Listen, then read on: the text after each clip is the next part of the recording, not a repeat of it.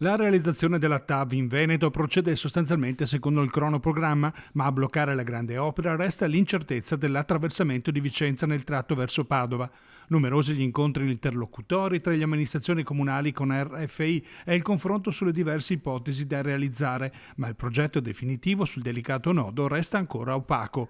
Per questo i sindaci interessati si sono incontrati in provincia per fare il punto della situazione. Ma diciamo che la cosa più importante in questo momento è capire lo stato di avanzamento della progettazione e vedere realmente quali sono le soluzioni progettuali che vengono adottate. Questa è la cosa più importante in questo momento, quindi aprire un dialogo e un tavolo di confronto ufficiale con RFI e IRCAV. Molte le domande ancora senza risposta, come il piano di fattibilità tecnico-economica del progetto TAV e il tema finanziamenti. Secondo la giunta regionale mancherebbero ancora 3 miliardi di euro per il terzo lotto Vicenza Est. Temiamo che intanto il passaggio a sud, che provocherebbe degli impatti significativi sul territorio, ma ancora di più l'ipotesi di Cicero che è stata ventilata negli ultimi mesi anche attraverso la Commissione Territorio del Comune di Vicenza.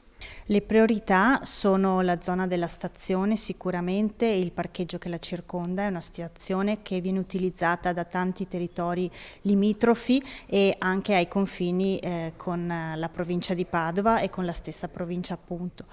E in più abbiamo anche il cavalcaferrovia che pare, ma non abbiamo notizie certe ed è questo che stiamo attendendo di capire, dovrebbe essere rimaneggiato in maniera importante, quindi è utile dare informazioni ai cittadini che poi verranno coinvolti anche purtroppo negli espropri. Nei passaggi preliminari che avevano fatto sono venuti a prendere i piani triennali di opere pubbliche anche nel nostro territorio e noi abbiamo stralciato un'opera da 250.000 euro su un cavalcaferrovia che inizialmente sembrava fosse abbattuto.